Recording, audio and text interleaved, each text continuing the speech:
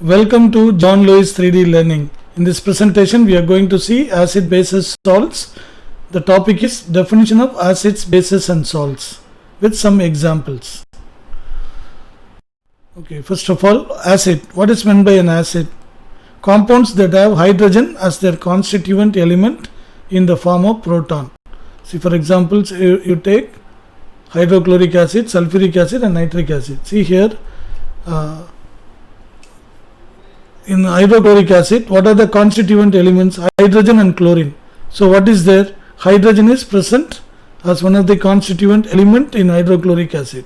Therefore, this is an acid. So it is having hydrogen. So hydrogen positive ion and chloride negative ion. So hydrogen is one of the constituent elements. Okay, then sulfuric acid, it is having two hydrogen atom, no? 2H plus and SO4 2 minus. So we should know the charge, we should know the valency and everything we should be very thorough with. And before we start learning any chapter in 10th standard, I have given you the charge of all these ions very thoroughly. So even now it is not too late. If you do not know all these things thoroughly, better you go and watch the symbols, valencies and charges of all the ions. Only then these things can be understood and can be remembered easily. So here sulfuric acid is having hydrogen ion as one of the constituent. Therefore, this is also an acid. Nitric acid, it is having hydrogen positive ion and nitrate negative ion. So this also is having hydrogen as part of the one of the constituent elements. Therefore, these three are examples of acids. There are many more acids. Just for example, we have taken here. That's it. So now again, let us go through the definition of acid. What is acid? Compounds that have hydrogen as their constituent element in the form of proton. So in the form of proton means what? H plus ion, because hydrogen is having one proton in the nucleus and one electron in the orbit. So if it removes this orbit, if it loses this electron from its orbit, now only one proton will be present. That is why H plus ion is also known as proton. You have to be very clear why H plus ion is called a proton. Because after losing one electron, only proton will be present in its atom. That is why H. What is a base? Compounds that are either metallic oxide or metallic hydroxide or ammonia solution. Okay, so example we see first and then from that we can easily understand the definition. So example, copper 2 oxide. So it is ending with oxide. So copper is a metal. Therefore it is an example of metallic oxide. And second one, sodium hydroxide.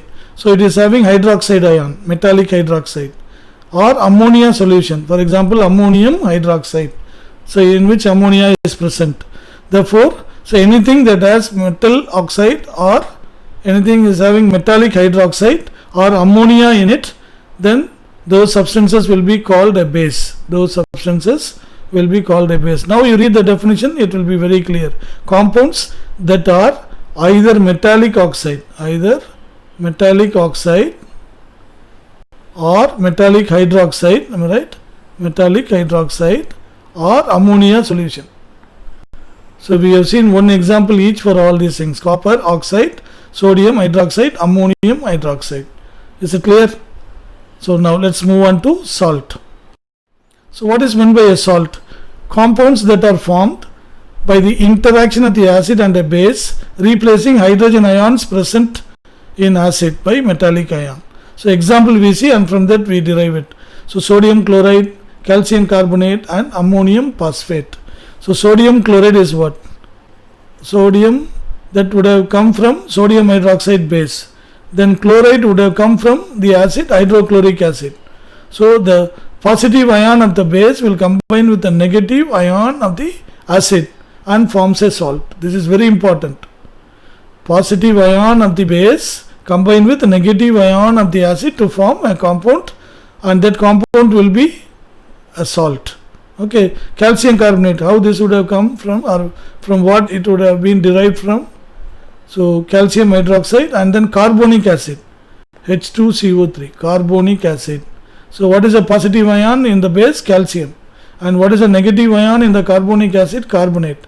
Therefore, these two will combine to form calcium carbonate. Therefore, this is a salt. Then ammonium phosphate. So ammonium would have come from ammonium hydroxide. Ammonium would have come from ammonium hydroxide. Phosphate would have come from phosphoric acid. What is the formula of phosphoric acid? H3PO4. You should know all these things thoroughly. See, if you are not knowing all these symbols and valency, there is no point in studying chemistry at all. Repeatedly I am warning, I am telling you very clearly all these things. So what is a positive ion in the base? Ammonium. And what is a negative ion in the acid? Phosphate. Therefore these two will combine to form ammonium phosphate. From where these three came? You already know how to write the formulas. Ammonium phosphate. Ammonium valency 1, phosphate valency 3. Therefore if you interchange, what do you get? NH4 3 times PO4. 1 time 1 we need not write. Is it clear? So now you go and read again, you will understand. Compounds that are formed by the interaction of acid and base replacing hydrogen ions present in acid by metallic ion. Okay, for example, in sodium chloride you take hydrochloric acid is HCl. That hydrogen is replaced by the sodium metal. In the formation of calcium carbonate, the acid is carbonic acid. Okay, the acid is carbonic acid. So this hydrogen ion is replaced by the metal calcium. Therefore, calcium carbonate is formed. Understand here that hydrogen is replaced by ammonium ion. Hydrogen is replaced by this ammonium ion. Therefore, that is also a base. Clear? Hope you understood. The definition is clear with these examples. Okay, next one. H plus ion and H3O plus ion. What is this? H plus ion is known as hydrogen ion. So H plus ion is called hydrogen ion. This is known as hydrogen ion. And H3O plus ion is called hydronium ion. And what are they? Are they same or different? And why then two different formulas? All these things we have to understand it very clearly here. H plus ion cannot exist independently. It cannot be present on its own alone. Whereas H3O plus hydronium ion can exist independently in solution, especially in water. Okay, what does it mean? See, if hydrogen chloride is a gas. Hydrogen chloride is a gas. So it contains H plus ion and Cl minus ion. Okay, when this H plus ion or when the hydrochloric acid is passed through water, this H plus ion from the acid will react with water to form hydronium ion. So H plus will be added to water. Therefore you get H3O plus. H2O is neutral. Water is neutral. Okay, so this is known as hydronium ion. So normally the hydrogen ion produced by the acid will exist as hydronium ion only in the solution. Okay, it cannot exist as H plus ion. Clear? Just for simplicity we are writing H plus because water is neutral, that is added to H plus. So without adding that water, it is understood that water is attached to this H plus and it is present as H3O plus ion, that is hydronium ion. Clear? Just for simplicity's sake we are writing H plus ion. Actually that should be H3O plus ion only. So this only hydronium ion can exist in solution. H plus ion cannot exist on its own independently. Clear?